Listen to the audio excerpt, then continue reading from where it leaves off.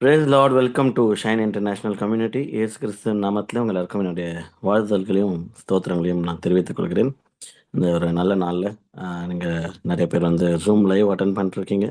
நிறைய பேர் வந்து ஆன்லைனில் யூடியூப்பில் இந்த மெசேஜஸ் கேட்குறீங்க, ரெஸ்பாண்ட் பண்ணுறீங்க. கர்த்தர் ஒவ்வொருத்தரையும் ஆசீர்வதிப்பாராக. கர்த்தருடைய வார்த்தையை தாகத்தோடு கேட்குற ஒவ்வொரு தேவ பிள்ளைகளையும் கர்த்தர் அபரவிதமாக ஆசீர்வதித்து உங்களுடைய வாஞ்சைக்கேற்ப உங்களுடைய வாழ்வாதாரத்தையும் உங்களுடைய வாழ்க்கையும் உயர்த்துவாராக. ஓகேங்கப்பா. இங்கே பவர் கட், அதனால இன்னைக்கு வீடியோவில் வர முடியல. பட் ஸ்டில் கர்த்தர் நல்லவர். அவருடைய வார்த்தையை அவர் தீர்மானித்தபடி சரியான டைமில் சரியான விதத்தில் ப்ரெசென்ட் பண்ணுற ஒரு கடமையை நான் நிறைவேற்ற வாஞ்சியாக இருக்கேன்.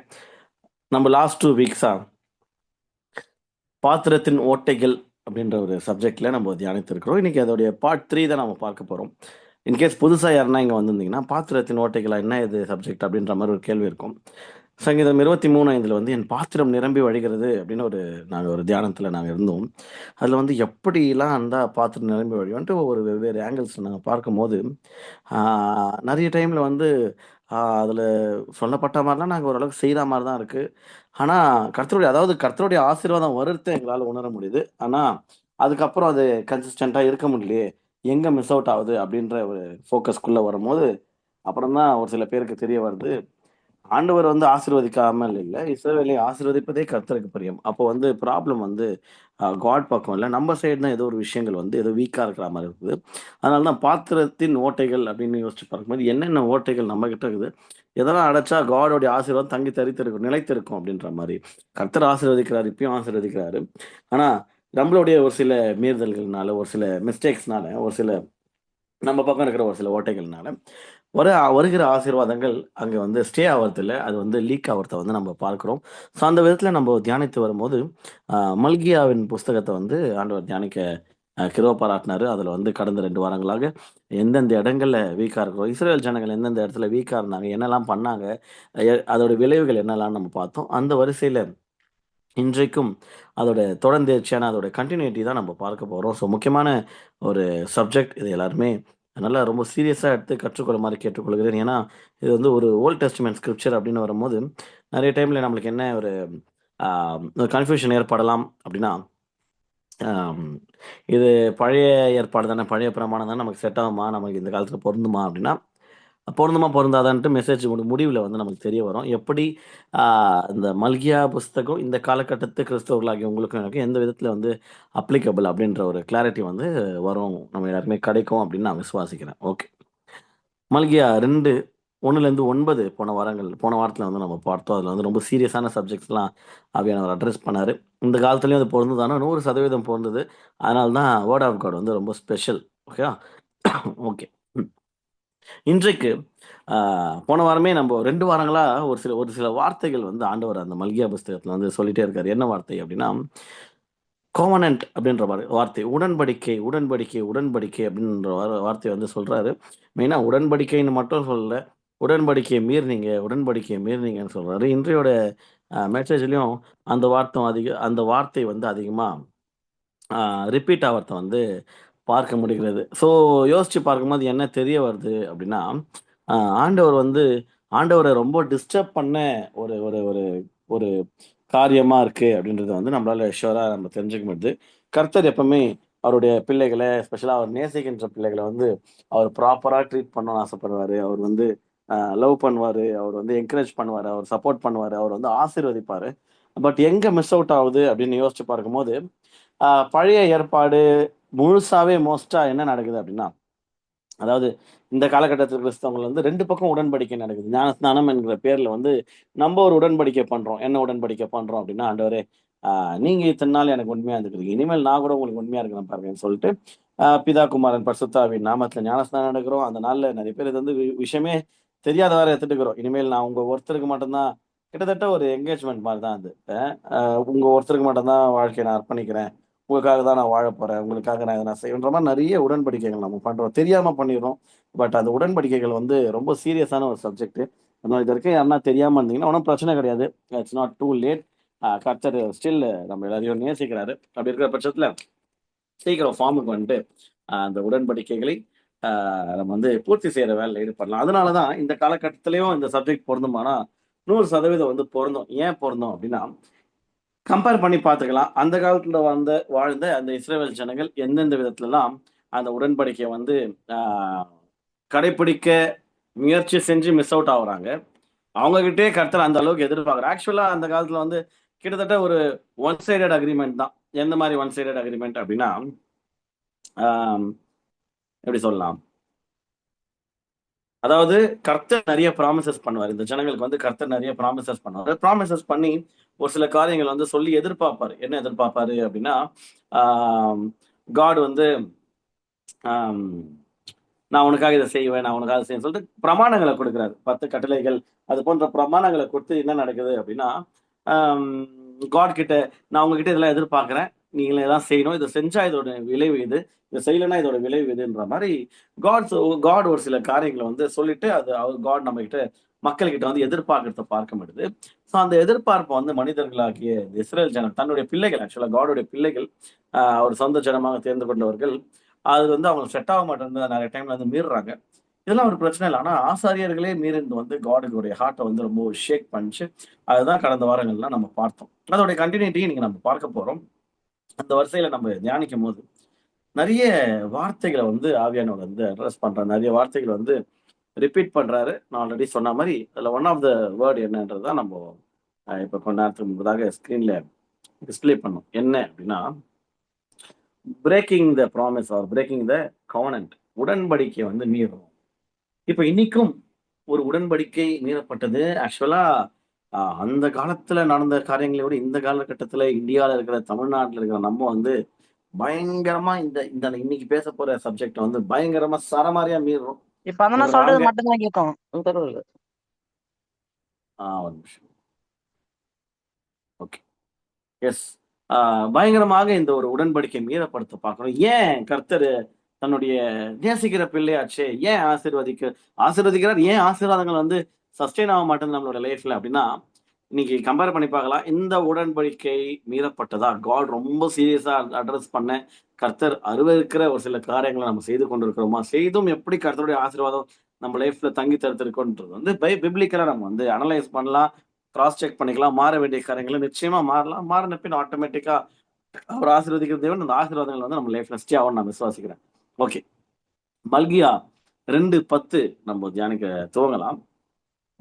நம் எல்லாருக்கும் ஒரே பிதா இல்லையா? ஒரே தேவன் நம்மை சிருஷ்டித்தது இல்லையோ? நாம் நம்முடைய பிதாக்களின் உடன்படிக்கையை பரிசுத்த குலைச்சலாக்கி ஓகே ஒரு வேர்ட் இங்க மிஸ் ஆயிடுச்சு. பரிசுத்த குலைச்சலாக்கி அவன் தன் சகோதரனுக்கு துரோகம் பண்ணுவானேன் அப்படின்ற மாரி ஒரு வார்த்தை. பாருங்களேன், இதுல துரோகம், பரிசுத்த குலைச்சல் இந்த மாதிரியான ரொம்ப கடுமையான வார்த்தைகள் வந்து இங்க யூட்டிலைஸ் பண்ணப்படுது. எல்லாமே ஆவியானவர் எழுதுனது தான். ஸோ எதையுமே நம்ம வந்து அசட்டையா எண்ண முடியாது. இதுல ஒரு சில வார்த்தைகள் வந்து வந்திருக்கு. "எப்பா எல்லாம் என் பிள்ளைங்க. உங்க எல்லாருக்கும் ஒரே தகப்பன் தானே. ஒரே பிதாவாகிய தேவன். ஒரே பிதா, ஒரே தேவன்." 2மே நம்ம வந்து அண்டர்லைன் பண்ணணும். ஒரே பிதா, ஒரே தேவன். இங்க ஒவ்வொரு வார்த்தையும் ரொம்ப முக்கியம். ஏன் முக்கியன்றது வந்து நம்ம போக போக தெரியும். ஒரே பிதா தானே, ஒரே தேவன் தானே, ஒரே தேவன் தானே உங்கள படைச்சாரு. அப்படி இருக்கிற பட்சத்துல, நாம் நம்முடைய பிதாக்களின் உடன்படிக்கை, நம்மளுடைய முற்பிதாக்கள் ஒரு சில உடன்படிக்கைகள் பண்ணியிருக்கிறாங்க ஆண்டவர் கூட. அத ஏன் நீங்க மீறுனீங்க? அத ஏன் மீறினோம்னு நிறுத்தாத. ப்ராமிஸ பிரேக் பண்ணது மட்டும் இல்லாமல், மீறினதின் விளைவாக பரிசுத்த குலைச்சலாக்கி, அவனவன் தன் சகோதரனுக்கு எப்படிடா துரோகம் பண்றீங்கன்னு சொல்லிட்டு, ஆவியானவர் கடுமையா அட்ரஸ் பண்றத பார்க்கிறோம். 11வது வசனம். யூதா யூதா ஜனங்கள் துரோகம் பண்ணினார்கள். இங்க யாருன்னா யூதா ஜனங்கள் இருந்தோம்னா, நாங்க எந்த விதமான துரோகம் பண்ணோம், நீங்க கம்பேர் பண்ணி பார்க்கும்போது நம்மளுக்கும் இது பொருந்துதான்னு பார்க்கலாம். நீங்க எனக்கு துரோகம் பண்ணியிருக்கிறீங்க. என்ன பிரதர்? என்ன ஆண்டவரே அப்படி துரோகம் அப்படின்னு பார்க்கும்போது, இஸ்ரவேலிலும் எருசலேமிலும் அருவருப்பான காரியம் செய்யப்பட்டது அப்படின்னு சரிங்களா? நான் ஆல்ரெடி சொன்ன மாரி ப்ராமிஸ் பிரேக் ஆயிருக்கு. அருவருப்புன்றாரு காடு. ஏன் இப்படி ஆண்டவருடைய கோபாக்கினைய தூண்டி விட்டது என்ன? எதுன்னு நம்ம யோசிச்சு பார்க்கும்போது, இஸ்ரவேல்ல அருவருப்பான காரியம் செய்றீங்க. என்னதான் ஆண்டவரே? அப்படின்னு பார்க்கும்போது, கர்த்தர் சிநேகிக்கிற பரிசுத்தத்தை யூதா ஜனங்கள் பரிசுத்த குலைச்சலாக்கி அந்நிய தேவதையின் குமாரத்திகளை விவாகம் பண்ணினார்கள். ஒரு பெரிய பெரிய பெரிய பெரிய மிகப்பெரிய ரெட் ஃபிளாக வந்து நம்ம இங்க வந்து பார்க்க முடியுது. என்ன ரெட் ஃபிளாக் அப்படின்னா, கர்த்தர் அருவருக்கிற, கர்த்தர் பிடிக்காத ஒரு காரியத்த வந்து இங்க வந்து அந்த ஜனங்கள் செய்தாங்க. இந்த காலகட்டத்திலும் ரொம்ப சாதாரணமாக, சகஜமாக கிறிஸ்தவர்கள் இந்த மாபெரும் பாவத்தை அருவருப்பை செய்து கொண்டிருக்கிறார்கள் என்பதை யோசித்து பார்க்கும்போது ரொம்ப மனசு கஷ்டமா இருக்கு. ஏன் இதை சொல்றேன் அப்படின்னா, இந்த வார்த்தைகளை கொஞ்சம் நிறுத்தி நிதானமா படிக்கலாம். வார்த்தை சொல்லுது, யூதா ஜனங்கள் துரோகம் பண்ணாங்க. இந்த காலகட்டத்துல ஆசீர்வாதம் மட்டும் வேணும் அப்படின்னு ஜெபம் பண்றோம். ஆனா ஆசீர்வதிக்கிற ஆண்டவர், நேசிக்கின்ற ஆண்டவர் என்ன ஆசீர்வதிக்கவே மாட்டாருன்னு நிறைய பேருக்கு ஃபீலிங். ஏன் ஃபீலிங்? அவர் ஆசீர்வதிக்காம இருக்க மாட்டாரு. அவருக்கு பிரியம் உங்களை ஆசீர்வதிக்கிறது. அப்போ எங்கேயோ ஓட்டம் இருக்குது. ஆசீர்வதிக்கிற ஆண்டவர் ஆசீர்வாதம் நிலைநிக்கலன்னா நம்ம சைடு ஏதோ ப்ராப்ளம் இருக்கு. என்னடா அதுன்னு கொஞ்சம் கிட்ட போய் பார்த்தாதான் தெரியுது. அருவருப்பான காரியம் நம்மளை சுற்றியும் நம்மளுடைய குடும்பத்திலும் நம்மளுடைய வாழ்க்கையிலும் செய்யப்பட்டிருக்கிறது. என்ன அருவருப்பு? அப்படி என்ன பண்ணிட்டோம் அப்படின்னா, கர்த்தர் சிநேகிக்கின்ற பரிசுத்தம். இது ரொம்ப முக்கியமான வார்த்தை. கர்த்தர் எதை சிநேகிக்கிறாரு அப்படின்னா, நிறைய பேர் சொல்லுவாங்க, அவர் பாவியை சிநேகிக்கிறாரு. நிச்சயமா பாவியை சிநேகிக்கிறாரு. ஆனா அதை காட்டிலும் ஒரு விஷயத்தை அதிகமா சிநேகிக்கிறாரு அப்படின்னா, பரிசுத்தத்தை கர்த்தர் சிநேகிக்கிறார். இதை பத்தி நிறைய பேர் பேசுறது இதுல பாருங்களேன் இந்த காலத்துல. ஏன்? ஏன்னா இந்த பரிசுத்தத்தை பத்திலாம் பேசினா கல்லா கட்ட முடியாது பாருங்க. சர்ச்சுக்கு ஆளே வரமாட்டாங்க. ஆனா எல்லா பாவிலையும் கர்த்தர் நேசிக்கிறார், சிநேகிக்கிறாருன்னா எஸ்ஐசி அப்படியே நிரம்பி வழியும். ஆஹா, பிரதர் என்ன அருமையா பேசுறாரு. அதுவும் உண்மைதான், மாற்று கருத்தே கிடையாது. எல்லா பாவிகளையும் கர்த்தர் நேசிக்கிறாரு. அதனால அதை சொல்லிட்டு அதையே சாக்க வச்சுக்கணும். அப்படியே பாவத்திலே இருந்தா என்னக்கா அது புரியலையே. எதுக்காக பாவி ஆண்டவர் நேசிக்கிறார், சிநேகிக்கிறாரு? குழந்தை திருப்பி என்கிட்ட வரட்டும், நீ பாவிதான் இருந்தாலும் நான் உன்னை நேசிக்கிறேன், அப்பாவுடைய அன்பை பாரு, நான் உனக்காக செய்த காரியங்களை பாரு, வா என்கிட்ட திரும்பி வா அப்படின்ற மாதிரி. பாவியான ஸ்திரிய அந்த கையமையுமா அந்த விபச்சாரத்துல மாட்டிக்கொண்ட அந்த ஸ்திரியை கர்த்தர் நேசிச்சார்தான், சிநேகிச்சார்தான். திருப்பி வந்ததுக்கு அப்புறம் அந்த அவங்க அவங்க கிட்ட இருந்து காப்பாந்து என்ன சொல்றாரு? போ, இனி பாவம் செய்யாது. அந்த அம்மா திருப்பி போயிட்டு அத்தை அத்தை சாப்பிட்டு நல்லா தெம்பாயிட்டு திருப்பி போய் அவங்க விபச்சாரத்துல ஈடுபட்டு இருந்தாங்கன்னா என்ன மாதிரி ஒரு ஒரு கொலாப்ஸ் வந்துருக்கு பாருங்க. நிறைய பேர் இன்னமும் அந்த மாதிரிதான் பண்ணுகிறோம். ஆண்டவருடைய சபைக்கு வரோம், ஆண்டவரை தேடுறோம். அவர் ரொம்ப மன்னிப்பின் தேவன், என்னால என் பாவங்களை மன்னிச்சார், ஸ்தோத்திரம் அப்படின்ட்டு ஆமே நிலையில போயிட்டு திருப்பி அதே ரொட்டீன், அதே பாவம். எவ்வளவு பெரிய ஒரு ஒரு ஒரு ஹிப்போக்ரேட்டா இருக்கும், எந்த அளவுக்கு மோசமா கர்த்தரை ஏமாத்துறோம்னு நினைச்சு என்னென்ன பண்ணிருக்கோம் கொஞ்சம் யோசிச்சு பாருங்க.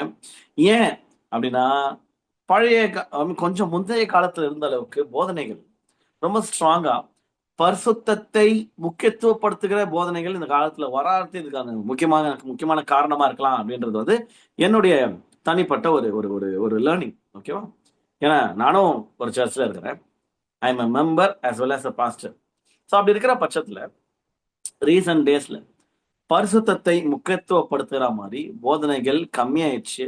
எந்த போதனைகள் அதிகமாயிடுச்சுன்னா, கர்த்தர் கிருபை உள்ளவர், கர்த்தர் மன்னிக்கிறவர், இதுவும் அதிகம் தான். ஆனா இதை பேச பேச, கர்த்தருடைய கிருபையை பேச பேச ஆட்டோமேட்டிக்கா மனிதர்களுடைய வாழ்வாதாரம் மாறி, வாழ்க்கை மாறி, அவர்கள் ஆண்டவர் பக்கம் திரும்பி பரிசுத்த ஜீவியம் வாழ்ந்தாங்கன்னா ஸ்தோத்திரம். அது சூப்பரான திருச்சபை. அது கர்த்தர்களுடைய ராஜ்யத்துக்கு மக்களை வழிநடத்தக்கூடிய திருச்சபை. கர்த்தர் பக்கம் திரும்புகிற மக்களை மாற்றுகிற ஒரு திருச்சபையா இருந்திருக்கலாம். ஆனா மனிதர்களுக்கு, மனுஷங்களுக்கு இந்த காடோடைய முக்கியத்துவம், கர்த்தருக்கு என்ன பிடிக்கும்ன்ற முக்கியத்துவம் தெரியாததுனால போதனைகள் வராதன் விளைவாக கண் போன போக்கில் போயிட்டு அவங்க பாக்குறதுலாம் அவங்க பண்ணிட்டு அவங்க யோசிக்கிறதுலாம் செய்யறாங்க. இது சர்ச்சுக்கு ஸ்பெஷலா கர்த்தரோட ராஜ்யத்திற்கு பயங்கரமான ஒரு நெகட்டிவ் இம்பாக்ட் கிரியேட் பண்றது பார்க்க முடியுது. கொஞ்சம் யோசிச்சு பாருங்க. வார்த்தை சொல்லுது மல்கியா 2:11, கர்த்தர் சிநேகிக்கின்ற பரிசுத்தம். அப்ப கர்த்தர் பரிசுத்தத்தை இந்த அளவுக்கு சிநேகிக்கிறானா, ஒரு பரிசுத்த பிதா, அது ஒரு மாற்று கருத்தும் இல்லை. அவர்கிட்ட ஒரு பிழையும் இல்லை, ஒரு குற்றமும் இல்லை, ரொம்ப பியூர் அண்ட் ஹோலி. சோ கர்த்தரை பிரியப்படுத்தணும். கர்த்தர் ஐ லவ் காட், நான் கர்த்தரை பிரியப்படுத்த போறேன் அப்படின்னா ஒன்னே செஞ்சா போதுங்க. அப்படின்னா எந்த தப்பும் செய்யாம இருக்கணும். அதுதான் என்ன செய்யணும் இல்லை, என்ன செய்யக்கூடாதுன்னா பாவம் செய்யாம, மீறுதல் செய்யாம, அக்கிரமம் செய்யாம. ரொம்ப கஷ்டம்தான், ஸ்பெஷலா இந்த காலகட்டத்துல. பட் இருந்தாலும் லெட்ஸ் ட்ரை. அட்லீஸ்ட் நம்மளுடைய முயற்சிக்காது ஒரு மார்க் போட்டு எதனா கிட்டியாவது போக முயற்சிக்கலாம். ஏன்னா வசனம் சொல்லுது, கர்த்தர் சிநேகிக்கின்ற பரிசுத்தம். கர்த்தர் பரிசுத்தத்தை அதிகமாக சிநேகிக்கின்றார்.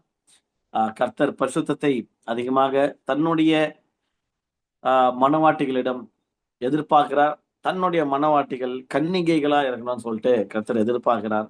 ஆனா பிசாசம் அந்த பக்கம் பயங்கரமா ஒரு ஸ்கெட்ச் போட்டு ஒரு விஷயம் பண்ணிட்டு இருக்கான் சர்ச்சஸ்ல.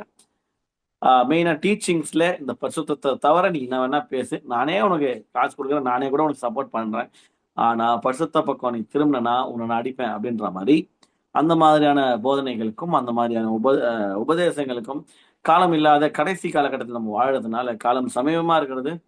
ஒரு சில ப்ரீச்சர்ஸ் தான் இதை பத்தி பேச போகிறாங்க. ஆனா அவங்க தான் பரலோக ராஜ்யத்துக்கு ஒரு இம்பாக்டும் கிரியேட் பண்ண போறாங்க. ஹalleluya. கர்த்தர் நல்லவர். கர்த்தர் சிநேகிக்கின்ற பரிசுத்தம். கர்த்தர் பரிசுத்தத்தை அதிகமா சிநேகிக்கிறார் சொல்லிட்டு வசனம் சொல்லுது. அதை இவங்க மிஸ் பண்ணிட்டாங்க, இவங்க மீறுறாங்கன்னும் போது என்னதான் மீறிட்டாங்க அப்படின்னு பார்க்கும்போது யூதா ஜனங்கள் பரிசுத்த குலைச்சல் ஆக்குனாங்களா, பரிசுத்தத்தை வந்து டிஸ்டர்ப் பண்ணிட்டாங்களா, என்ன பண்ணி டிஸ்டர்ப் பண்ணாங்கன்னா அந்நிய தேவதையின் குமாரத்திகளை விவாகம் பண்ணினார்கள். இது ஆதி முதல் கர்த்தர் அருவருக்கிற ஒரு காரியம். ஆதி முதல்னா காயின் அங்க ஆரம்பிச்சு ஏசா யாக்கோபுல ஏசாவை நான் வெறுத்தேன் அப்படின்னு சொல்லிட்டு மல்கியால் நம்ம பார்த்தோம் ஸ்டார்டிங்லேயே ஒரு 2 வாரத்துக்கு முன்னாடி. என்னடாப்பா மனுஷன் என்ன பண்ணிட்டாரு அவரு. யாக்கோபாது அவர் எத்தன் திருட என்னென்ன திட்டு வேலையை பண்றாரு. அந்த ஏசா பாவம் புள்ள பூச்சி மாதிரி கிடைக்குது அப்படின்லாம் பைபிள் தெரியாம யாருன்னா யோசிச்சிடாதீங்க. ஏசா பண்ண பெரிய தவறு வந்து அந்நியனோட பிணைப்பு. ஓகே, அந்நிய அந்நிய தேவதையின் குமார்த்திகளை விவாகம் பண்ண கர்த்தர் அருவருக்கிற ஒரு காரியம். இவர் ஏமாத்தினா கூட இவர் திருப்பி ஆண்டவர் பக்கம் வந்து எப்படின்னா சரண்டர் ஆயிட்டு ஒரு ஆசீர்வாதத்தை பெற்றுக்கொள்றாரு. இஸ்ரவேலா மாற்றப்படுறாரு. கடைசி வரைக்கும் ஏசாவை நான் வெறுத்தேன் அப்படின்னு சொல்லிட்டு பைபிள் ஆண்டவரே சொல்றாரு அப்படின்னா எப்படி ஆண்டவர் ஒரு மனுஷனை வெறுக்க முடியும்னா அந்த அளவுக்கு அவர் செஞ்ச வேலைங்க அந்த மாதிரி. ஓகேவா, பெருசா அப்படி இல்லை. அவருக்கு அவர் அருவருக்கிற காரியத்தை, கர்த்தர் அருவருக்கிற காரியத்தை நம்ம எனக்கு எனக்கு பிடிக்கும் நான் எடுத்துப்பேன் ஆனாலும் ஆண்டவர் என்ன நேசிப்பாரு தன்னா வாய்ப்பே கிடையாது. ரொம்ப இதுல ஏதோ ஒரு இடத்துல பயங்கரமான ஒரு ஒரு ஒரு ஒரு ஒரு ஒரு மிடில் கிரவுண்டுக்கு வர வேண்டிய ஒரு விஷயமா இருக்குது பாருங்களேன். கர்த்தர் அருவருக்கிற அந்நிய தேவதையின் குமாரத்திகளை இவர்கள் விவாகம் பண்ணினார்கள். இதுதான் இங்க ப்ராமிஸ் பிரேக்கிங். என்ன உடன்படிக்கை மீறப்பட்டது அப்படின்னா கர்த்தருடைய வித்தும் தான் இணைக்கப்படணும்.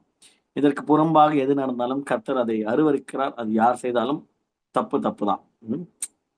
ஓகே, அந்த காலகட்டத்தில் பயங்கரமா நடந்திருக்கு. இந்த காலகட்டத்திலும் நடந்து கொண்டிருக்கிறது. நீங்க கேட்கலாம், என்ன பிரதர் எப்படி சொல்றீங்க, அந்த மாதிரி பண்றவங்களாம் நல்லா தான் இருக்கிறாங்க. அந்த மாதிரி பண்றவங்களாம் நல்லா பணம் பொருள் செல்வாக்காக தான் இருக்கிறாங்க. அந்த பணம் பொருள் வந்து பிசாசு கூட கொடுப்பான். அந்த ஒரு தெளிவுக்கு நம்ம வரணும். ஃபர்ஸ்ட் ஆஃப் ஆல் யாருன்னா இங்க வந்து ஆசீர்வாதம் இந்த பாத்திரம் வந்து அப்படியே அங்க ஆசீர்வாதத்தின் ஓவர்ஃப்ளோ அப்படிலாம் பேசணும் இல்லையா. அது வெறும் பணம் பொருளோட நிறுத்திட்டீங்கன்னா நீங்க தப்பா புரிஞ்சுக்கிட்டீங்கன்னு அர்த்தம். ஆசீர்வாதத்துல பணமும் இருக்குதான், பொருளும் இருக்குதான். பட் அது மாத்திரம் இல்லை. பிசாசு வழிபடுறவங்க கூட பணக்காரனா இருப்பாங்க. அந்த கிறிஸ்துவ ஐ மீன் சேட்டன் லூசிஃபர் வர்ஷிப் பண்ற சர்ச்சஸ் இருக்கு. அங்க பணம் கொட்டும். ஏன்னா இப்ப வாழ்ந்துன்னு இருக்கிற இந்த உலகம் வந்து பிசாசுடைய கையில இருக்குது. வசனம் பைபிள்ல வசனமே இருக்கு இல்லையா. என்ன வசனம்? உலகத்தின் அதிபதி வந்துட்டா அவங்ககிட்ட எனக்கு பங்கு இல்லைன்ற மாதிரி சொல்றாரு பாருங்க. அப்போ உலகத்தின் அதிபதி யாரு அப்படின்னா பிசாசு தான்.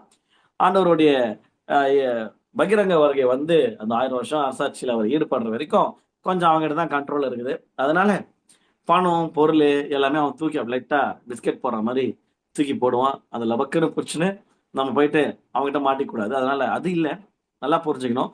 பாத்திரத்தின் ஓட்டைகள்னு வரும்போது ஆவியின் கனி எல்லாருக்குமே தெரியும். சமாதானம், சந்தோஷம், அந்த மாதிரி நிறைவா பணம் பொருளும் சேர்ந்து ஒரு கம்ப்ளீட் ஒரு ஒரு ஒரு நாலேஜ் நம்ம இருக்குமே தவிர நாட் ஜஸ்ட் பணம் பொருள் அந்த மாதிரி மட்டும் நீங்க உங்களை வந்து யோசிச்சு தப்பு கணக்கு போட்டுறக்கூடாது. நீங்க ஏமாந்துடவும் கூடாதுன்னு சொல்லிட்டு நான் உங்களை தயவா நான் சொல்லிக்கிறேன். ஏன்னா நிறைய பேருக்கு வந்து இந்த ஒரு கன்ஃபியூஷன் இருக்கு. அந்த மாதிரி உடன்படிக்கை மீறி ஆண்டவருக்கு பிடிக்காத அருவருப்பான காரியத்துல ஈடுபடுறாங்க. ஆனா அவங்கலாம் நல்லா பணம் பொருள் கார்லாம் வச்சுன்னுக்குறாங்க. கார்லாம் வச்சுன்னு இருப்பாங்க. அதுல என்ன இருக்குது? போகும்போது கார்ல சேஃபா போனோம் இல்லையா, அதுக்கு கர்த்தருடைய ஒத்தாசை வேணும். எத்தனையோ ஆக்சிடென்ட்ஸ் நம்ம கேள்விப்படுறோம், பார்க்கிறோம். ஸோ அப்படி இருக்கிற பட்சத்துல பிசாசு கிட்ட இருந்தா சேஃபா இருக்கிற மாதிரி தோணும். ஆனா முடிவுல ஒரு பயங்கரமான வேலையை பார்த்துருவோம். அது வந்து நம்மளுக்கு எல்லாருக்குமே தெரியும். அதனால எச்சரிக்கையா இருக்கலாம். கன்ஃபியூஸ் ஆயிடாதீங்க இந்த சப்ஜெக்ட் பேசும்போது. ஓகேவா? ஓகே. பரிசுத்த குலைச்சலாக்கி கர்த்தர் சிநேகிக்கிற பரிசுத்தத்தை யூதா ஜனங்கள் பரிசுத்த குலைச்சலாக்கி அந்நிய தேவதையின் குமாரத்திகளை விவாகம் பண்ணினார்கள். இது யாருன்னா பேரண்ட்ஸ் கேட்டுக்கொண்டு இருந்தீங்கன்னா ஒரே ஒரு அன்பான ஒரு போதனை உங்களுக்கு நான் சொல்லிக்கிறேன். தயவு செஞ்சு குழந்தை சின்ன வயசுல இருக்கும் போதே இதை பத்தி டீச் பண்ணுங்க. இதை பத்தி அப்படின்னா கர்த்தருடைய வித்தும் ரட்சிக்கப்பட்ட ஒரு ஆணும் ரட்சிக்கப்பட்ட ஒரு பெண்ணும் மாத்திரம்தான் திருமண பந்தத்தில் ஈடுபட்டிருக்க வேண்டும். ஆக்சுவலா இந்த உடன்படிக்கை அப்படின்னு வரும்போது அஃப்கோர்ஸ் 100% திருமண உடன்படிக்கை பற்றி பட் நான் இன்னும் ஒரு ஸ்டாண்டர்ட் ஹையரா ஏற்றி நம்மளுடைய சர்ச் பீப்புளுக்கு நான் என்கரேஜ் பண்றேன். பிசினஸ் டீலிங்ஸ்ல கூட ஐ மீன் பார்ட்னர்ஷிப் சொல்றேன். ஓகேவா? நீங்க கஸ்டமர்ஸ் யாரை வேணா வச்சுக்கலாம். உங்களுடைய பிசினஸ் பார்ட்னர் மேக் ஷூர் அவர்கள் ரட்சிக்கப்பட்டவர்களா. ஏன்னா ரட்சிக்கப்பட்டவர்களுக்கு ஒரு வேல்யூ சிஸ்டம் இருக்கும். பொய் சொல்லக்கூடாது, தப்பு பண்ணாம சம்பாதிக்கணும், நியாயமான நல்ல வழியில சம்பாதிக்கணும், இது மாதிரி இருக்கலாம். பட் கத்தருக்குள்ள இல்லாதவங்களுக்கு எப்படின்னா பணம் சம்பாதிக்கணும், எப்படி வந்தான்னு சொல்லிட்டு பாருங்களேன். ஒரு பிசினஸ்ல கூட ஒரு பார்ட்னர்ஷிப் 2 பேர் ஈடுபடும் போது 2 பேரும் இன்வெஸ்டரா இருக்கிற பட்சத்துல கம்பல்சரியா நீங்க ரட்சிக்கப்பட்டவர்களோடு உங்களோடு இணைந்து பயணிக்கக்கூடிய ஒரு நபர்களோடு கர்த்தருடைய வேல்யூ சிஸ்டம்ல இருக்கவங்க கூட உங்களுடைய பிசினஸ் பார்ட்னர்ஷிப் இருந்ததுன்னா அதுக்கேற்ற ஆசீர்வாதங்களும் விளைவுகளும் இருக்கும். பட் அது இல்லாத பட்சத்துல பிசினஸ் கூட கொலாப்ஸ் ஆகிற வாய்ப்பு அதிகமா இருக்கும். நீங்க யோசிச்சு பாருங்க, அந்த மாதிரி இவங்க ஒரு பக்கம் அந்த பக்கம் எடுத்துன்னு எப்படி வண்டி ஓடும்.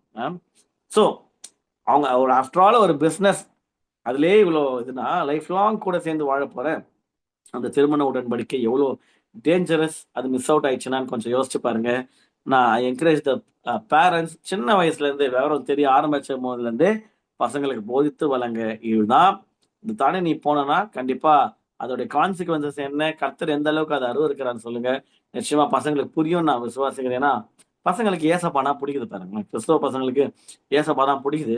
ஆனா இந்த புதிய ஏற்பாடு ஏசப்பாவை பத்தி மட்டும் பேசுறதுனால பழைய ஏற்பாடுல ஆண்டவர் எவ்வளவு சீரியஸா இதெல்லாம் அட்ரஸ் பண்றான்னு சொல்லிட்டு பேசுவான். இல்ல பைபிளும் பேரண்ட்ஸ் படிக்காதனால தெரிய மாட்டேன். சொல்லிக் கொடுங்க. கர்த்தர் சிநேகிக்கின்ற பரிசுத்தம் அதை குலைச்சல் ஆகிட்டாங்களாம். அந்நிய தேவதையின் குமார்த்திகளை விவாகம் பண்ணாங்களாம். இது ஆண்டவர் ரொம்ப சீரியஸா எடுத்துட்டு பயங்கர போட்டு பட்டையா போட்டு அடி அடி நச்சு திட்டுன்னு திட்டி கிழிகிறாரு. அப்படி புரியலையா? வா மல்லிகை 2 எடுத்து படிக்கலாம், 1 எடுத்து படிக்கலாம் அப்படின்னு சொல்லிட்டு புரிய வைங்க. உட்காந்து குடும்பமா பைபிளை படிங்க. படிக்கும் போது தான் இது போன்ற வார்த்தைகளுடைய இம்பாக்ட் வந்து புரியும். என்னப்பா அவளை பெருசா பண்ணிட்டாங்க.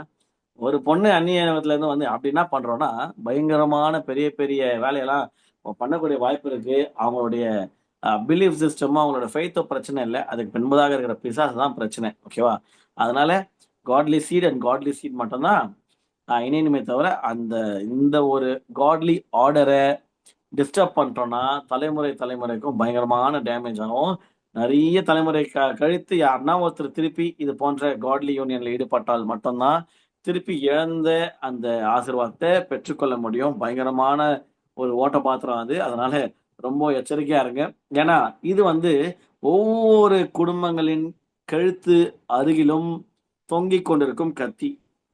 ஏன்னா இந்த காலகட்டத்துல இது ரொம்ப அசால்ட் ஆயிடுச்சு. பசங்களை கூப்பிட்டு கேளுங்களேன்.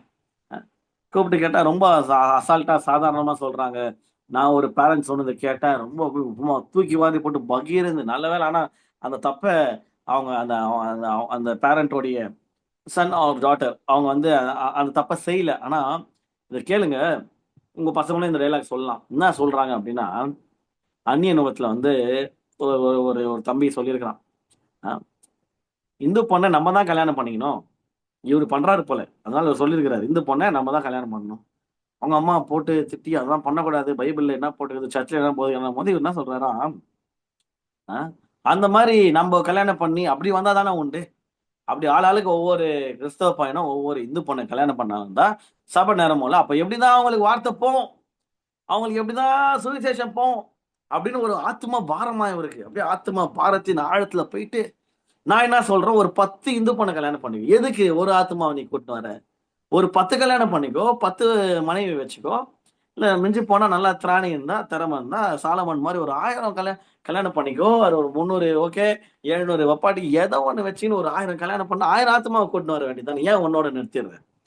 ஏன்னா பாத்தீங்களா எப்படி சத்தியத்தை திருப்பி விடுறாங்க. ஏன்னா அவங்களுக்கு யாரோ ஸ்ட்ராங்கா ஆழ் மனசுல போயிட்டு அந்த தம்பிக்கும் தங்கச்சிக்கும் ரொம்ப ஆழ் மனசுல ஸ்ட்ராங்கா போய் விதைச்சிட்டு இருக்கிறாங்க. என்ன திருமணத்தின் மூலியமா தான் ஆத்மாதயம் பண்ண முடியும். அவன் சொன்னா எங்க போட்டுக்குது அப்படின்னா, ஏசப்பா ஒரு 150 கல்யாணம் பண்ணிட்டு 150 ஆத்மாக பண்ணாங்களா? அவர் ஒரு கல்யாணமும் பண்ணல. ஆனா உலகத்தையே கிறிஸ்துவுக்குள்ள வர வச்சுக்கிறாரு. இத்தனை கிறிஸ்டியன்ஸ் இருக்கிறோம். அப்போ சீஷர்களும் அதே மாதிரிதான். யாருமே அந்த மாதிரி ராங் எக்ஸாம்பிள் செட் பண்ணலையே. யார் இந்த மாதிரிலாம் சொல்லி ஆட்டத்தை கலைக்க ட்ரை பண்ணுது பாத்தீங்களா? எந்த அளவுக்கு. ஆனா நல்ல வேலை தப்பிச்சுக்கினாங்கன்னு வச்சுக்கோங்க. அவங்களாம் அதுக்கப்புறம் அந்த மாதிரி இது பண்ணல. பிசாசு அந்த அளவுக்கு மூளையை வந்து நல்லா பிரெயின் வாஷ் பண்ணி இதெல்லாம் சொல்லி கொடுக்குறான் பாரு. பிசாசு தான் சொல்லி கொடுத்துருப்பான். அதுல என்ன இருக்கு? நீ ஸ்ட்ராங்கா தானே இருக்கிற. நான் சொல்லிட்டா ஸ்ட்ராங்கா இருக்கிற கிறிஸ்தவ பையன் அந்த டிசிஷனே எடுக்க மாட்டான். அந்நியன் பின் எப்பன்ற அந்த தாட்டே வரக்கூடாது. அதுதான் ஸ்ட்ராங். அப்படி இல்ல, நான் ஸ்ட்ராங்கா தான் இருக்கேன், நான் வந்து மாத்திடுவேன்னா, நீ ஃபர்ஸ்ட் நீயே ஸ்ட்ராங்கா இல்ல, ஃபர்ஸ்ட் நீ மாறு. இந்த சப்ப கட்டெல்லாம் கட்டுன்னு இது மாதிரி கொலாப்ஸா சர்ச்சஸ்குள்ள எடுத்துட்டு வரக்கூடாது. ஃபர்ஸ்ட் நீயே ஸ்ட்ராங் இல்ல. ஒரு ஆண் ஒரு திருமண உடன்படிக்கையில அந்நிய தேவதையின் குமாரத்திகளை சூஸ் பண்றானா, ஃபர்ஸ்ட் அவன் ஸ்ட்ராங் கிறிஸ்டியனே இல்லை, அவனுடைய ரட்சிப்பே ஒரு கேள்விக்குறி. அவனும் நிறைய கத்துக்கணும், நிறைய கற்றுக்கொண்டதுக்கு அப்புறம் தான் அவனே ஸ்ட்ராங் ஆவான். அதுக்கப்புறம் தான் கல்யாணத்துக்கே அவன் பாத்துருவான். இதே தான் ஒரு பெண்களுக்கும் பொருந்தும். நீ ஃபர்ஸ்ட் கத்துக்கோ, நீ ஃபர்ஸ்ட் பைபிளை ஒழுங்கா படி, நீ பைபிளோடைய அந்த டெப்த்தை புரிஞ்சுக்கோ, ஆண்டவர் யாருன்னு தெரிஞ்சுக்கோ, அவர் எவ்வளவு பரிசுத்தர் அப்படின்னு தெரிஞ்சுக்கோ. தெரிந்து கொண்டதுக்கு அப்புறம் நீ ஸ்ட்ராங்கா எஸ்டாப்ளிஷ் ஆனதுக்கு அப்புறம் உனக்கே தெரியும், ஐயோ இது ஒரு ஆப்ஷனே இல்லை போல. நிறைய பேர் நினைச்சுக்கிறாங்க இது ஒரு ஆப்ஷனு, ஆண்டவர் 2 ஆப்ஷன் கொடுத்துட்டு இதை சூஸ் பண்ணிக்க. ஆப்ஷனே கொடுக்கல, இதை தான் பண்ணி ஆகணுன்றாரு. அதை தாண்டி ஆப்ஷனே இல்லாத இடத்துல போய் நீங்களா ஒரு ஆப்ஷன் எடுத்துட்டு வந்தீங்கன்னா consequences will be heavy and huge. தலைமுறை தலைமுறைக்கும் டேமேஜ் பயங்கரமா விழும். லைஃப் லாங் அனுபவிக்கக்கூடிய ஒரு ஸ்ட்ராங்கான ஒரு எச்சரிக்கை அது. தயவு செஞ்சு இந்த வார்த்தை கேட்கிற உங்களுடைய பிள்ளைகள் நீங்களே அந்த மாதிரி இருந்தீங்கன்னா ஒன்றும் பண்ண முடியாது. கல்யாணம் ஆனதுக்கு அப்புறம் அதுதான் பச்சு பச்சு சொன்னாங்களே, கண்டிஷனை ஃபாலோ பண்ணுங்க பண்ணுங்கன்னு, பைபிள் கண்டிஷனை நீங்க கேட்கல. டேமேஜ் ஆனதுக்கு அப்புறம் இப்ப அழுது என்ன பிரயோஜனம்? சரி விடுங்க, நான் தான் பண்ணிட்டேன், என் பையனும் என் பொண்ணும் இந்த மாதிரி பண்ணக்கூடாதுன்னு அட்லீஸ்ட் நெக்ஸ்ட் ஜென்ரேஷன் நீங்க பண்ண அந்த மாபெரும் தவறை பண்ணாமல் இருக்கிற வேலையாவது ஈடுபடலாம். அட்லீஸ்ட் நீங்க அந்த தப்பெல்லாம் நான் பண்ணல, நான் சேஃப் தானா, உங்க உங்க உங்க ஃபேமிலியை சேஃப்கார்ட் பண்ற வேலையில ஈடுபடுங்க. ஏன்னா இந்த 2:11 கொஞ்சம் நிறுத்தி நம்ம அனலைஸ் பண்ண வேலையில நம்ம ஈடுபடுறோம். ஏன்னா ஆண்டவர் வந்து ரொம்ப சீரியஸா இதை அட்ரஸ் பண்ணிருக்கிறாரு பாருங்களேன்.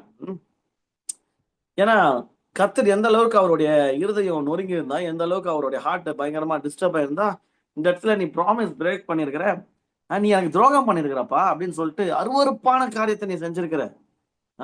கர்த்தர் சிநேகிக்கின்ற பரிசுத்தத்தை சீர்குலைச்சல் ஆக்கியிருக்கிற, அந்நிய தேவதையின் குமாரத்திகளை விவாகம் பண்ணிக்கிற. கொஞ்சம் யோசிச்சு பாருங்களேன். இப்போ இப்போ ஏன் இது ரொம்ப சீரியஸ் யோசிச்சு பாருங்க. சர்ச்சஸ்க்கு பயங்கரமா டிஸ்டர்பன்ஸ். நம்ம பரிசுத்தம் புதுசா ஒரு தம்பி கல்யாணம் பண்ணிக்கின்னு பயங்கரமா அக்கினியா பொண்ணை சர்ச்சைக்கு கொண்டு வருவான். இங்க வந்து போட்டு நாலா பக்கமும் இடி இடி இடின்னு இடிப்பார் ஆண்டவர். ஏன்? பைபிள் ஃபுல்லா அந்நிய தேவதையின் குமார்த்திகளை குறிச்சு நிறைய போதனைகள் இருக்குது. அந்நிய நோக்க பிணைப்பெல்லாம் பயங்கரமா பேச வேண்டிய கட்டாயத்துல, அதுவும் இந்த கடைசி காலத்துல நம்ம வாழ்நாள் இருக்கிறோம். புதுசா ஒரு பொண்ணு வருது, அப்பதான் ஐயா வந்து ஒரு இந்துல கல்யாணம் பண்ணின்னு இல்ல முஸ்லீம்ல கல்யாணம் பண்ணி கூட்டின்னு வராருன்னு எப்படி இருக்கும்னு யோசிச்சு பாருங்க. சர்ச்சை பிரசங்கம் பண்ண முடியுமா? பாஸ்டர், நாலாம் பாஸ்டரா இருக்கிற பட்சத்துல ஒரு காம்ப்ரமைஸ் எல்லாம் பண்ணுவானா?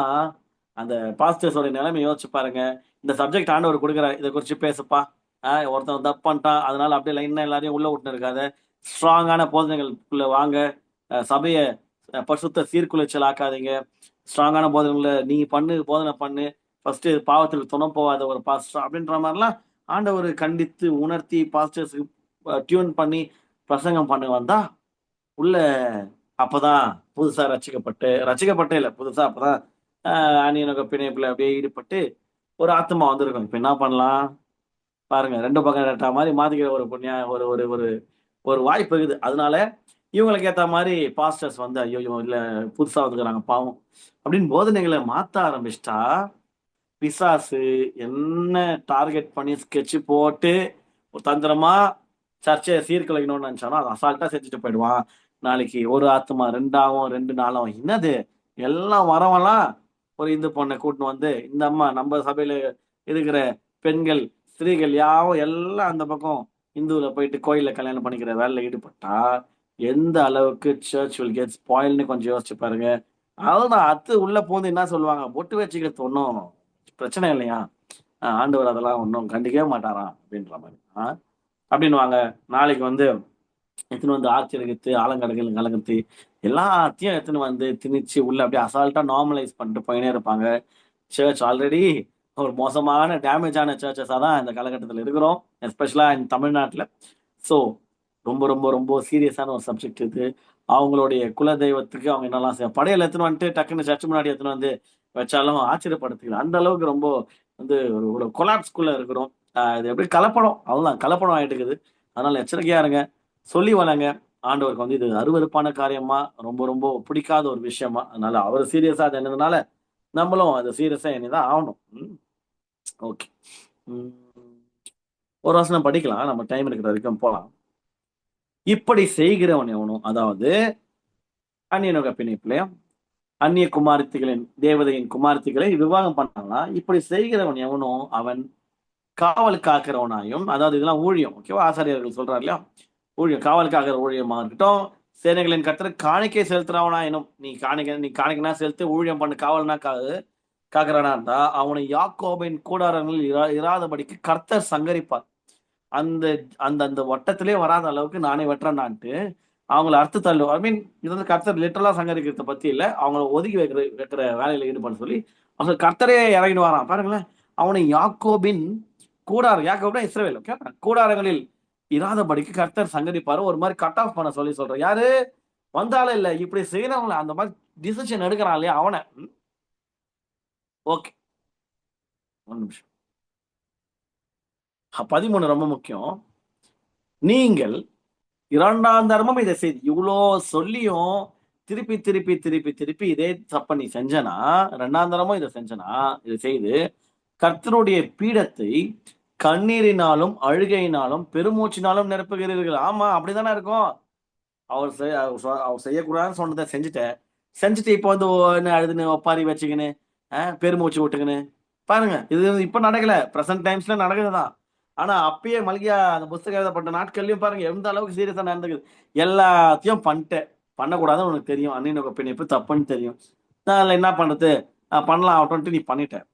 பண்ணதுக்கு அப்புறமும் திருப்பி திருப்பி திருப்பி திருப்பி வந்துட்டு கர்த்தருடைய பீடத்தை, பரிசுத்தமா இருக்க வேண்டிய அவருடைய பலிப்பீடத்தை கண்ணீரினால நிரப்புறாங்களாம், அழுகையினால நிரப்புறாங்களாம், பெருமூச்சினால நிரப்புறாங்களாம். பின்ன வேற எப்படி இருக்கும்? ஆசீர்வாதமாவும் இருக்கும், சந்தோஷமாவும் சமாதானமா செழிப்பா மேன்மையாவும் இருக்கும். இல்ல இப்படிதானே இருக்கும். கண்ணீரும் அழுகையும் பெருமூச்சம் தானே இருக்க போகுது. அதுதான், அதனால தானே வேணான்றாரு. இல்ல, நீ ஆசீர்வாதமா இருக்கணும், நீ சந்தோஷமா இருக்கணும், சமாதானமா இருக்கணும், மேன்மையா இருக்கணும், செழிப்பா இருக்கணும், மெயினா உன்னுடைய சந்தோஷம் சமாதானம் அதெல்லாம் ரொம்ப முக்கியம். அதனால பார்த்து சூஸ் பண்ணி நீ அதுதான் நான் பாத்துக்கிறேன் ஆகட்டும் சுயபலன்ல நீ சூஸ் பண்ணிட்டு நான் மாத்திடுவேன், நீயே மாறலைன்னா மாத்துவேன் அப்படின்னு சொல்லிட்டு ராங் சாய்ஸஸ் ஏற்படுத்தினால வீடு கர்த்தருடைய பலிப்பீடம் எப்படி ஆச்சா பாருங்க. பீடத்தை கண்ணீரினாலும் அழுகையினாலும் பெருமூச்சினாலும் நிரப்புறீர்கள், ஆகையால் அவர் இனி காணிக்கையை மதியார். ஓ வாவ். பாஸ்டர்ஸ் வேணா உங்க காணிக்கை பயங்கரமா ஹைலி ரேட் பண்ணி காணிக்கை வந்தா போதும்ன்ட்டு இவங்க ஏத்துக்கலாம்.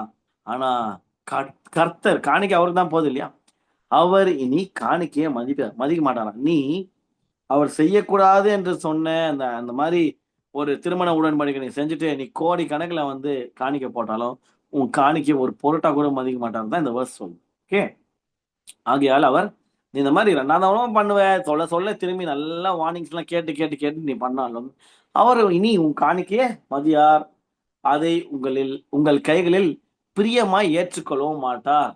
மைட் பி உங்களோட சர்ச்சஸ் அதனால பெனிஃபிட் ஆகலாம், மைட் பி ஊழியக்காரங்களுடைய பாக்கெட் நிரப்பப்படலாம், ஆனால் கர்த்தர் அவருடைய ஹார்ட், அவர் வந்து பலியை காட்டிலும் கீழ்ப்படுதலே உத்தமம் சொன்ன கடவுள், ஓகேவா. அவருக்கெல்லாம் காசு பணம்லாம் ஒரு மேட்டரே கிடையாது.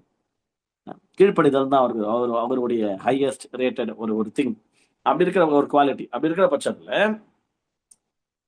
நான் இதெல்லாம் பண்ண மாட்டேன் ஆனா நல்லா காணிக்க கொடுப்பேன், அதனால ஆண்டவர் ரொம்ப பிரியமா இருப்பாருன்னு நினைச்சீங்கன்னா வெரி சாரி, உங்களுடைய காணிக்கையை கூட கர்த்தர் ஏற்றுக்கொள்ளவும் மாட்டார், அவர் வந்து அதை மதிக்க மாட்டார்னு மாசம் சொல்லுது. அது மாத்திரம் இல்லாம அதை உங்கள் கைகளில் பிரியமா ஏற்றுக்கொள்ளவும் மாட்டார். அப்ப கர்த்தருக்கு பிரியமில்லாத ஒரு காணிக்கையை கொடுத்துட்டு எப்படி நம்ம சாட்டிஸ்ஃபை ஆயிட முடியும்? நிறைய பேருக்கு வந்து என்ன ஒரு ஒரு துணிச்சல், என்ன ஒரு இது அப்படின்னா, ஒரு ஒரு அவங்க ஹார்ட் என்ன எந்த அளவுக்கு காம்ப்ரமைஸ் ஆயிடுவாங்க அப்படின்னா, ஆஹ் என்ன அப்படி பெருசா மனுஷரை போறாரு எப்படியும், நம்ம தான் மன்னிக்கிற தேவனாச்சு, நிச்சயமா மன்னிப்பார் தான், பட் எந்த அளவுக்கு நீங்க எடுத்த முடிவை மாற்ற முடியாது லைஃப் லாங். அது ஒரு ஒரு ஒரு ஒரு முழுக்க முழுக்க ரட்சிப்புல அதான் ரொம்ப ரேரா நடக்கிற ஒரு விஷயம் பாருங்களேன். ஏன்னா டேமேஜ் ஹெவியா இருக்கிறதுனால எத்தனை தலைமுறைகளாகவும் ஆகுமோ தெரியாது திரும்பி கட்டுறதுக்கு. அதனாலதான் இந்த மாதிரி திருமண உடன்படிக்கைகள், இந்த மாதிரி கலப்பு திருமணம் இதெல்லாம் பார்த்துட்டு அவங்களோட லைஃப்லாம் பார்க்கும்போது ரொம்ப பரிதாபமா இருக்குது.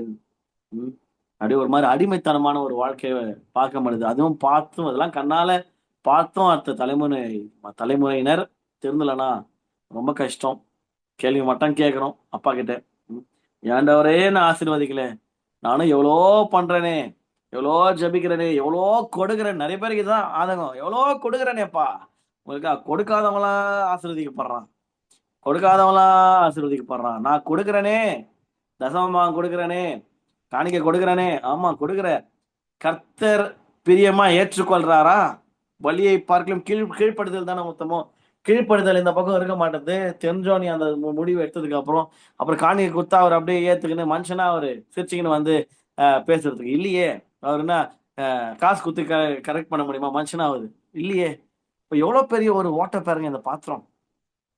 சரி, உங்க தலைமுறை பண்ணிச்சுன்னா அட்லீஸ்ட் பிள்ளைங்களையாவது அந்த தப்பு பண்ணாம பாத்துக்கலாம். இதோட முடியுது மெசேஜ். இது எங்க எடுத்துன்னு போய் முடிக்க தெரியல. இது பெரிய பெரிய பெரிய புரோக்கன் ப்ராமிஸ். கர்த்தருக்கு நம்ம ஆஹ் பாருங்க, தேவனாகிய ஒரே ஒரு தேவன் தான் 10 கட்டில ரொம்ப ஸ்ட்ராங்கா சொல்றாரு. முழு இதயத்தோட, முழு ஆத்மாவோட, முழு மனதோட, முழு பலத்தோட புதிய ஏற்பாடுல சொல்றாரு. அந்த முழுசுன்னு வரும்போது எங்க பாதிதான் அங்கங்க அறுத்துன்னு போயிடுது. அதுக்கப்புறம் எங்க முழு இதயத்தோடு உன்னிடத்துல நீ அன்பு கூறு, பிறர் இடத்துல அன்பு கூறுவாங்க. அதுவும் செய்யறதுல யோசிச்சு பார்க்கும்போது பயங்கரமான கிறிஸ்டியானிட்டி அட்டர் ஃபெயிலியரை நோக்கி போயிட்டு இருக்குதுன்னு நினைச்சு பார்க்கும்போது மனசு ஒரு பக்கம் ரொம்ப கஷ்டமா இருக்குது. பட் ஒரு பக்கம் வந்து வெகு சிலர் இது போன்ற உபதேசங்களை பேசி கேட்டு பசங்களை பயங்கரமா டைட் பண்ணி ஸ்ட்ராங்கான பக்தி வைராக்கியம் உள்ள சந்ததியா பெற்றெடுத்து அவங்க வளர்க்குறாங்க. அதையும் ஒரு பக்கம் பார்க்கும்போது ரொம்ப சந்தோஷமா இருக்கு.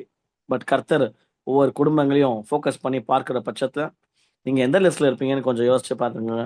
கர்த்தர் நேசிக்கின்ற உங்களுடைய காணிக்கைகள் நீங்க எத்தனை வந்து கர்த்தருடைய பீடத்துல நீங்க செலுத்தும் போது வாட்செல்லாம் ரொம்ப சந்தோஷமா உன் காணிக்கை நான் ஏற்றுக்கொள்றேன், நான் பிளெஸ் பண்றேன், எனக்கு பிடித்தமான வாழ்க்கையை வாழ்றேன், இந்த எந்த விதமான பரிசுத்த சீர்குலைச்சலும் உங்ககிட்ட காணப்படல, நான் ரொம்ப மனசார பிரியமா நான் ஏற்றுக்கொள்றேன் அப்படின்ற மாதிரி ஆபேலோட காணிக்கை மாதிரி நம்மளுடைய காணிக்கைகள் ஏற்றுக்கொள்ளப்படுமா? அல்லது அவர் செய்யக்கூடாது அப்படின்னு நல்லா படிச்சு படிச்சு சொன்னேன், ரொம்ப ஸ்ட்ராங்கா எஸ்டாப்ளிஷ் பண்ணேன், உடன்படிக்கைகளை ப்ராமிசஸை பிரேக் பண்ணிட்டு காணி கொடுத்து கரெக்ட் பண்ணிடலாம்னு நினச்சி நீங்க சாட்டிஸ்ஃபை ஆகிட்டு போயிடுங்க, நான் தான் நிறைய கொடுக்குறேனே ஆகட்டும், எல்லாம் சரியாயிடும் ஆகட்டும் அப்படின்னு நீங்க சொல்லிக்கலாம். பட் கர்த்தருடைய இது என்னன்றது வந்து நம்ம பார்த்தோம்.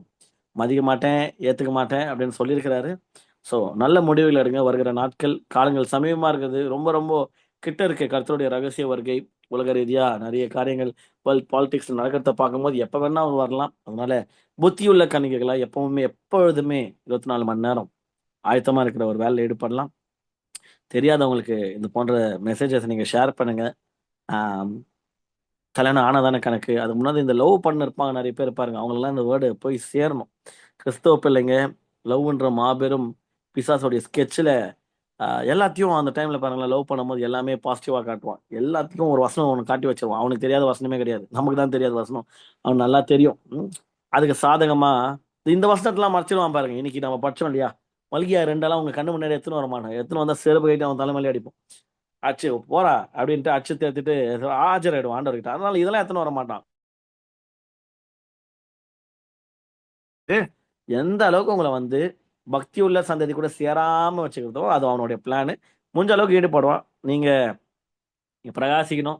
நீங்க ஃபர்ஸ்ட் உங்களுடைய ஆத்மாவை சேஃப் கார்டு பண்ணீங்க. அதுக்கப்புறம் உங்களுடைய இமீடியட் ஃபேமிலி, உங்களுடைய பிள்ளைகள், உங்களுடைய சொந்தங்கள் இதை டைட் பண்ண பார்க்கலாம். அதுக்கப்புறம் சமுதாயத்தை வந்து நீங்க முடிஞ்ச அளவுக்கு டியூன் பண்ணுங்க. இந்த மாதிரி வேர்ட் ஆஃப் காடை ஷேர் பண்ணுங்க. ஆஹ் யாருக்கு ஹெல்ப்ஃபுல்லா இருக்குமோ அவங்க கிட்ட ஷேர் பண்ணுங்க. வார்த்தை விடுதலையாகணும், சத்தியத்தை நீங்கள் அறிவீர்கள், சத்தியம் உங்களை விடுதலையாகட்டும். இது ஃபர்ஸ்ட் தப்புன்னு தெரிஞ்சுக்கிட்டு ஓகேவா, எல்லாமே நார்மலைஸ் பண்ணி பண்ணி புதிய ஏற்பாடுலயும் இது இருக்குது. அதனால இந்த பழைய ஏற்பாடு மட்டும்தான்ட்டும் எஸ்கேப்பும் ஆக முடியாது. வேர்ட் ஆஃப் காடை ஷேர் பண்ணுங்க. அதோட சீரியஸ்னஸை புரிய வைங்க.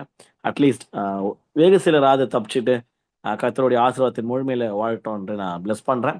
இந்த வார்த்தையை கேட்ட உங்களை ஒவ்வொருத்தரையும் கர்த்தர் ஆசீர்வதிப்பாராக. Thank you so much. God bless you all.